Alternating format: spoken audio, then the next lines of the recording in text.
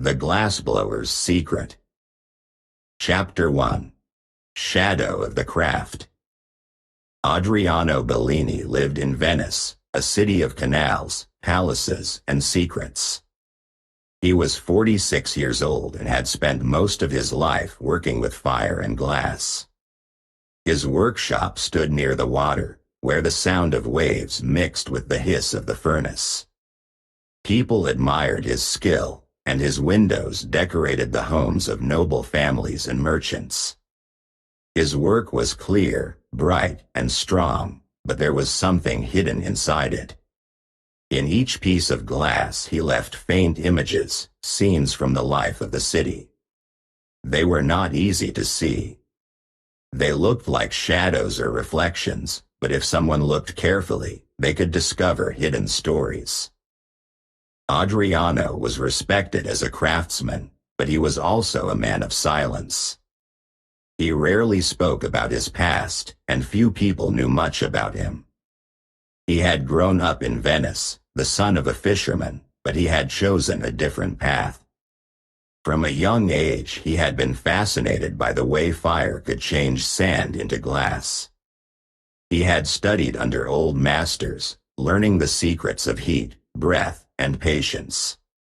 Over the years he became one of the finest glassblowers in the city. Yet his art was not only about beauty. He believed glass could hold memory, that it could capture moments like water holds reflections. This belief guided his secret work. At night, when the city was quiet, Adriano worked alone in his workshop. He shaped the glass with care, but he also allowed his mind to wander. He thought about the streets, the markets, the hidden corners of Venice. He remembered faces, gestures, and events. Somehow, these memories appeared in the glass. He did not fully understand how it happened. His hands moved with skill, but the images seemed to rise on their own, as if the glass itself wanted to speak. He saw scenes of lovers meeting in secret, of merchants counting coins, of guards watching from shadows. He saw betrayal, kindness, and fear. The glass became a silent witness to the life of the city. Adriano knew that his secret could be dangerous. Venice was a place of power and intrigue. The wealthy families controlled trade, politics, and justice. They wanted beauty in their homes, not hidden truths. If they discovered that his windows carried images of their private lives, they might punish him. Yet Adriano could not stop. He felt that his craft was more than decoration. It was a way to reveal what people tried to hide. He believed that truth, even faint and fragile, should not be lost. His art became a mirror of society, showing shadows that others wanted to forget. He often wondered why he had been given this gift. Was it skill, chance, or something greater? He did not know. But he felt that the city itself spoke through his hands. Venice was full of secrets, and the glass carried them. Adriano worked with care, knowing that each window was more than glass. It was a story, a memory, a hidden truth. He placed these windows in palaces and houses, and the people admired them without knowing what they held. Only a careful eye could see the faint images, and only a thoughtful mind could understand their meaning. Adriano Bellini was known as a master of glass, but in the shadows of his craft he was something more. He was a keeper of stories, a recorder of hidden lives. His windows decorated the houses of Venice's wealthy families, but they also carried secrets that could change the city. The glass was clear, but inside it lived the truth. And though the truth was faint, like a reflection, it waited for someone to see it. Chapter 2. First Suspicions. Isabella Ricci lived a quiet life among papers, records, and the silent halls of the city archives. She was 31 years old, a widow who had found purpose in preserving the memory of Venice. Her days were filled with reading old documents, copying decrees, and keeping track of the history that powerful families wanted remembered. She was respected for her discipline and admired for her intelligence, but she carried a sadness that never left her. The death of her husband had taught her that truth was fragile, and she had dedicated herself to guarding it. She believed that history was not only about victories and wealth but also about mistakes and secrets. One afternoon, while visiting the palace to review records of trade agreements, Isabella noticed something unusual. The tall windows of the great hall caught her attention. At first they seemed ordinary, shining with the light of the lagoon, but when she looked closer, she saw faint images inside the glass. They were not decorations, and they were not accidents. They looked like shadows of real events. She saw two men standing close together, their hands hidden as if exchanging something. She saw a woman leaning near a balcony, her face turned away, her posture tense. She saw gestures that spoke of betrayal, of secret meetings, of deals made in silence. Isabella stepped back, her heart uneasy. She knew the palace well, and she knew the families who ruled Venice. These scenes were not meant to be seen. They were private, hidden from the eyes of the people. Yet here they were, captured in the glass, faint but clear enough for someone who looked carefully. She wondered if it was her imagination, but the more she studied the windows, the more she realized the images were real. They were not random shapes. They were stories, locked inside the glass. She thought about her work in the archives.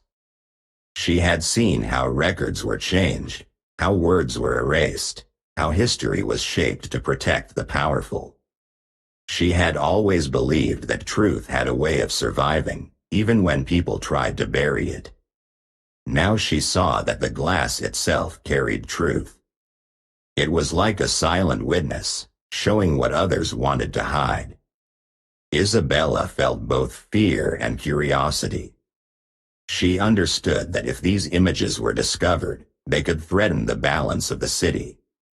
But she also felt that they were important. They were proof that secrets could not remain hidden forever. Isabella left the palace with her mind full of questions. She wondered who had made the windows and why they carried such images. She thought about the families who lived behind them, unaware that their secrets were displayed for anyone with sharp eyes. She felt a strange responsibility. As keeper of the archives, she had always guarded the written truth. Now she had found another kind of truth, one that lived in glass. She realized that she could not ignore it. The city was full of shadows, and the glass had begun to reveal them. That night, Isabella sat alone in her small home, thinking about what she had seen. She remembered the faces in the glass, the gestures, the hidden deals. She felt that the city itself was speaking to her, asking her to see what others refused to see. She understood that the glass carried truth many wanted to hide, and she knew that her life would change because of it. The first suspicion had entered her heart, and it would not leave. The shadows of Venice had found a new voice, and Isabella Ricci had begun to listen. Chapter 3. Voice of the Streets. Lorenzo Falco walked through the narrow streets of Venice with the steady steps of a man used to watching and listening. He was 38 years old, strong in body, but his strength came not only from his training as a guard. It came from years of living among the people, hearing their stories, and learning how power moved through the city. He had grown up in Venice, the son of a sailor, and from a young age he had understood that the city was built not only on water and stone but also on secrets. His duty as a guard was to protect order, but he knew that order was fragile, shaped by the hands of those who ruled. In the markets and taverns, Lorenzo began to hear strange rumors. People spoke of windows made by Adriano Bellini, the master glassblower. They said these windows were not ordinary. They said they showed things that could not be seen by normal eyes. Some claimed they had seen shadows of lovers meeting in secret, others whispered about merchants hiding coins, and a few spoke of betrayals captured in the glass. At first Lorenzo dismissed these stories as gossip, the kind of talk that filled the streets when people had nothing else to do. But the more he listened, the more he realized the rumors were spreading. They were not fading. They were growing stronger, carried from one corner of the city to another. Lorenzo decided to investigate. He had always believed that truth was hidden in the voices of the streets. The powerful families controlled the official records, but the people carried the real stories. He began to visit houses where Bellini's windows had been installed. He looked at the glass carefully, and though he was not trained in art, he saw faint images that unsettled him. They were not decorations. They were too precise, too alive. He saw gestures that spoke of secrets, movements that suggested betrayal. He felt that the glass was more than material. It was a witness, holding memories that others wanted forgotten. As he continued his investigation, Lorenzo noticed that people grew nervous when he asked questions. Merchants avoided his eyes, noble families closed their doors, and even ordinary citizens lowered their voices when they spoke of Bellini's work. He understood that the glass had become dangerous. It was not only art. It was truth, and truth was a threat to those who lived by lies. The more he learned, the more he felt the weight of risk pressing against him. His position as a guard gave him authority, but it also made him visible. If the powerful families believed he was uncovering their secrets, they could turn against him. Lorenzo thought about his duty. He had sworn to protect the city, but what did protection mean? Was it keeping peace by hiding the truth, or was it facing danger to reveal it? He felt torn between loyalty to his role and loyalty to justice. The voices of the streets told him that Bellini's glass carried something important, something that could change Venice. But he also knew that change could bring chaos. He walked through the city with caution, listening to whispers, watching shadows, and feeling that every step carried him deeper into a mystery that could cost him his life. By the end of his search, Lorenzo understood that the rumors were not simple stories. They were warnings. The glassblower's work had touched the heart of the city, and the truth inside the glass was too powerful to ignore. He realized that his investigation was no longer just about windows. It was about the balance of Venice itself. The more he learned, the more dangerous his position became, but he could not stop. The voice of the streets had spoken, and Lorenzo Falco had begun to listen. Chapter 4. Secret Signs. Adriano Bellini worked when the city slept. The canals outside his workshop were quiet, and the only sound was the hiss of fire inside the furnace. He stood alone, shaping glass with steady breath and careful hands. He had done this work for many years, but now it felt different. Each piece of glass carried more than beauty. It carried signs, faint but clear, that spoke of the life of Venice. He believed his art must show the truth, even if the truth was dangerous. The workshop was small, filled with tools, ashes, and the smell of smoke. Adriana's body was strong from years of labor, but his hands trembled as he worked. He saw images appear in the glass that he had not planned. They were not designs, not patterns, but scenes. He saw figures standing in shadow, merchants exchanging coins, guards watching from corners, lovers meeting in secret. Some of the images were familiar, but others were strange, as if they came from places he had never visited. He wondered if the glass was showing him what the city itself remembered. Adriano felt both pride and fear. He was proud that his craft could hold something so powerful, but he feared what it meant. Venice was a city of wealth and power, ruled by families who wanted control. They wanted art that showed beauty, not art that revealed secrets. If they discovered that his windows carried hidden signs, they might call him a traitor. He knew truth could destroy the city, but he also knew it could save it. He stood between silence and revelation, unsure which path to take. He thought about his past. As a boy, he had watched his father mend fishing nets, simple work that fed the family but carried no danger. Adriano had chosen fire and glass instead, believing that art could give him freedom. Now he wondered if freedom had become a burden. His craft had given him respect, but it had also given him responsibility. The signs in the glass were not his alone. They belonged to the city, to its people, to its hidden life. He felt that he was no longer only a craftsman. He was a witness, and his work was a record of truth. Night after night, Adriano continued to work. He shaped the glass, breathed into it, and watched as the signs appeared. He did not always understand them. Some showed events that had already happened, others seemed to show things that were yet to come. He asked himself if the glass was memory or prophecy, but he found no answer. His hands trembled, not from weakness, but from the weight of what he carried. He realized that his art was no longer only about skill. It was about courage, about facing the truth even when it was dangerous. By dawn, the furnace cooled, and Adriano stood before the windows he had created.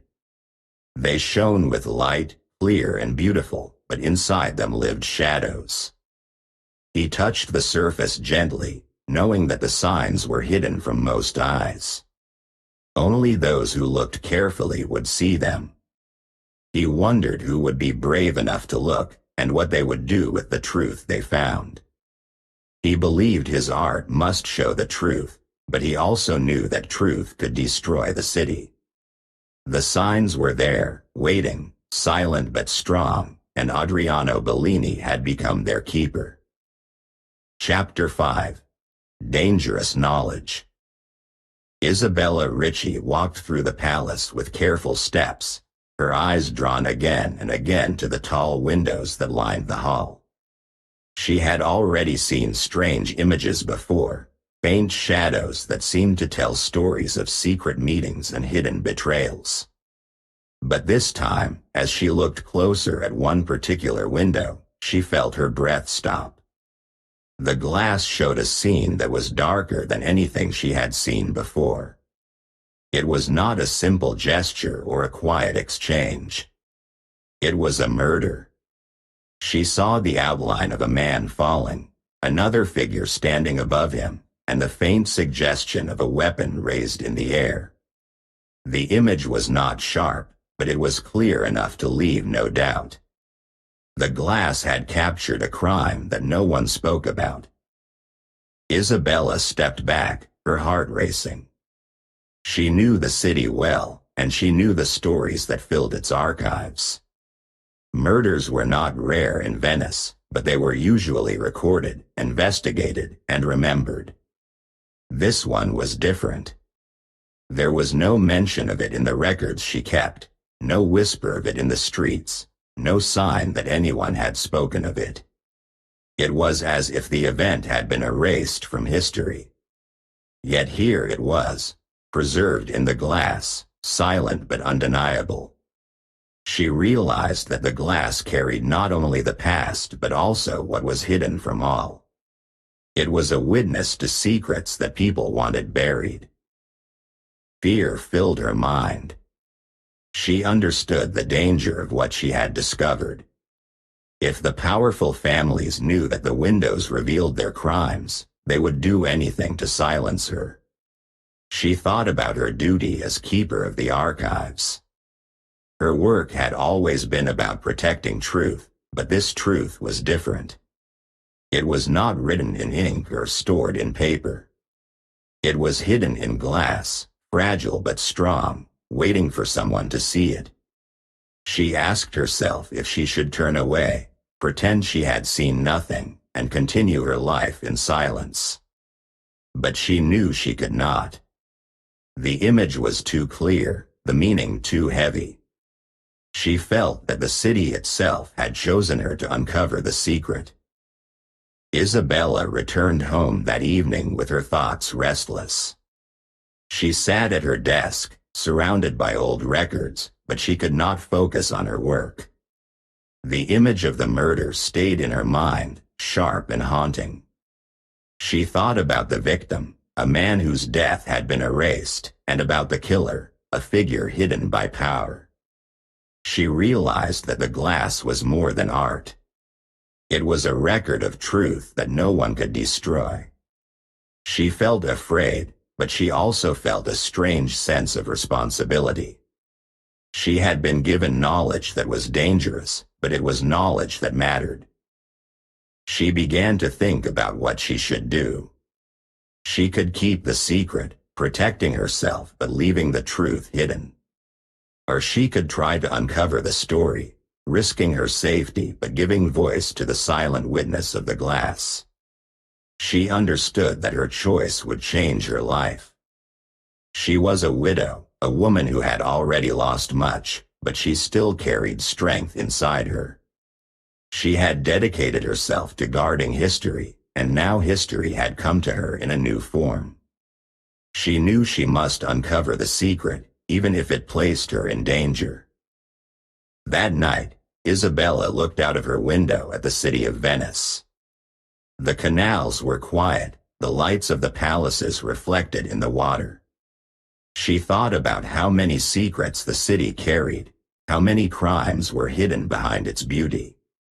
She realized that the glassblower's work had revealed something that could not be ignored.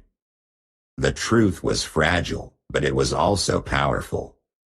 She felt fear, but she also felt determination. The dangerous knowledge she had found was now part of her, and she could not turn away. The glass had spoken, and Isabella Ricci had begun to listen. Chapter 6. Clash with the Shadow.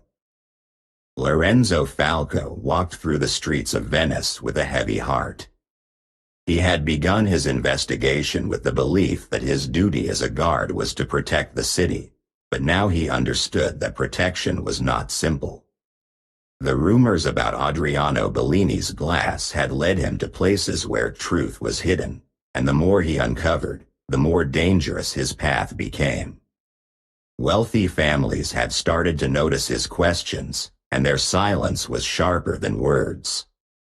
Doors closed when he approached, and eyes followed him with suspicion. He realized that the glass had become more than art. It was a threat to power, and those who held power would not allow it to be revealed. Lorenzo was a man of strength, but his strength was not only in his body. It was in his sense of justice, in his belief that the city should not be ruled by lies. He had grown up among sailors and merchants, people who lived by honest labor, and he had chosen the life of a guard to protect them.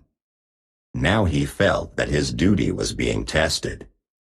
The wealthy families wanted silence, but the glass spoke of betrayal, greed, and crimes hidden from the people. He understood that if he stopped, he would be safe, but the truth would remain buried. If he continued, his life would be in danger, but justice might be served. The resistance he faced grew stronger each day. Men loyal to the noble houses began to follow him, watching his movements, waiting for him to make a mistake. He felt their presence in the shadows, silent but threatening. He knew they wanted to frighten him, to push him away from the investigation. Yet he could not stop. The images in the glass were too clear, too powerful. They showed what the city tried to hide, and he believed that the people deserved to know. He walked with caution, but he did not turn back. His steps were heavy, but they carried determination. At night, Lorenzo thought about the danger that surrounded him. He remembered his oath as a guard, the promise he had made to protect Venice. He asked himself if protection meant silence or truth. He realized that silence served the powerful, but truth served the people. He felt fear, but he also felt courage. He knew that his life was at risk, but he believed that some risks were worth taking. The glass had shown him what others wanted to hide, and he could not ignore it. He understood that his fight was not only against men in shadows but against the shadow of corruption itself. By the time dawn came, Lorenzo had made his choice. He would continue, even if it cost him everything. He walked through the city with his head high, knowing that danger followed him, but also knowing that justice demanded his strength. The wealthy families did not want the truth revealed, but the truth was already alive in the glass. It could not be erased, and it could not be silenced. Lorenzo Falco had faced resistance, but he had also faced himself. He understood that the clash with the shadow was not only about survival.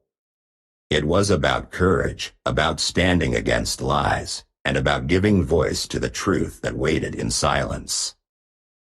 Chapter 7. The Last Window. Adriano Bellini stood in his workshop late at night, the furnace glowing with a deep orange light that filled the room with heat and shadows. His face was tired, his hands worn from years of shaping glass, but his eyes carried a strange fire. He knew this would be his last creation, the final window that would decide not only his fate but also the fate of those who had become part of the secret. He worked slowly, breathing into the molten glass, shaping it with care, and letting his thoughts guide his hands. He had always believed that his art could hold memory, but now he felt that it carried judgment. The window he was making was not only a piece of beauty. It was a mirror of truth, and it would show what could not be hidden. As the glass cooled and took form, Adriano saw images rising inside it.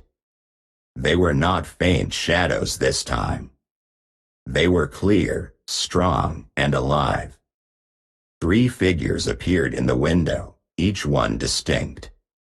The first was the master, a man with fire in his hands and burden in his eyes. The second was the keeper, a woman holding records close to her heart, her face marked by grief but also by courage. The third was the guard, a man standing tall, his body strong but his mind heavy with choices. Adriano recognized them at once. They were himself, Isabella Ricci, and Lorenzo Falco. The window had captured their lives, their struggles, and their destiny. Adriano stared at the figures, his hands trembling. He understood that the window was asking a question. Each of them had to choose. Would they keep the secret, protecting themselves but leaving the truth buried, or would they reveal it, risking danger but giving voice to justice? The images did not move, but they carried weight. The master looked tired, the keeper looked determined, and the guard looked torn between fear and duty. Adriano felt that the window was not only showing their fate but also demanding their decision. It was as if the glass itself had become a judge, holding them in silence until they answered. Isabella Ritchie came to the workshop the next day, her eyes drawn to the new window. She saw her own figure inside it, holding the records of the city, and she felt her heart tighten. She had already discovered dangerous knowledge, and she knew the risk of revealing it. Yet she also knew that silence was another kind of death. She understood that the window was showing her choice, and she felt that she could not turn away. She had lived with grief, but she had also lived with truth, and she believed that truth must be spoken, even if it cost her safety. Lorenzo Falco arrived soon after, his steps heavy with caution.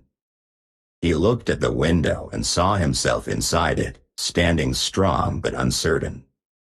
He thought about the resistance he had faced, the shadows that followed him, and the danger that grew with each step.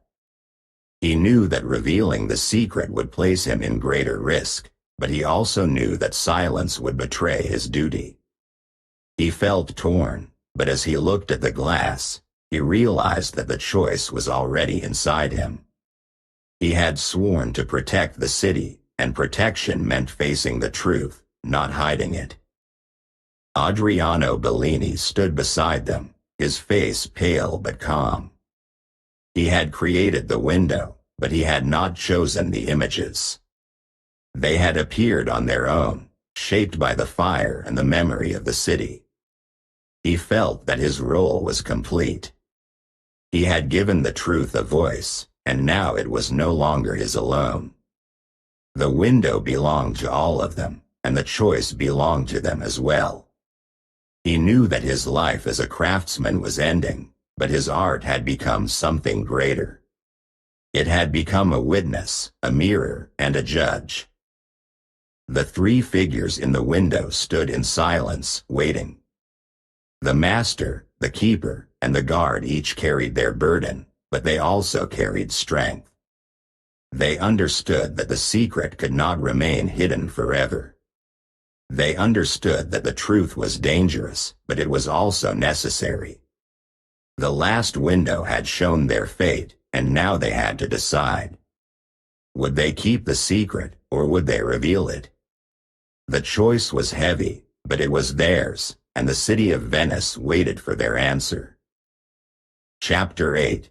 The Revelation.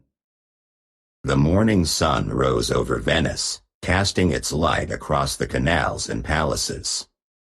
The city looked calm from the outside, but inside its walls tension was growing. Isabella Ritchie and Lorenzo Falco had made their choice.